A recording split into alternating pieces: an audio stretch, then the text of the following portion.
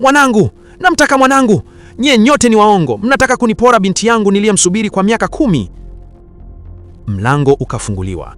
Nesi aliingia akiwa amembeba yule mtoto mchanga, Shani Feki, aliyebebwa kwa uangalifu mkubwa, mbavu yake ya kushoto ikiwa imefunikwa kwa plasta ndogo inayoficha upasuaji aliyoufanya Dr. Silas. Chumba kilipata ukimya wa ghafla. Maya alinyosha mikono yake inayotetemeka. Nesi akamkabidhi mtoto yule. Machozi ya Maya yalimwagika kwenye shavu la mtoto.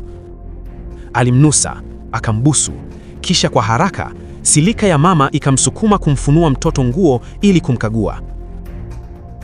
Moyo wa Catherine ulilipuka kwa hofu, akatamani hata kugeuka ili asitazame. Maya aliona plasta kwenye mbavu ya kushoto. Aliinua taratibu na kukuta kovu dogo jekundu likiwa limetengenezwa kwa ustadi wa hali ya juu na kuonekana kama ni la asili.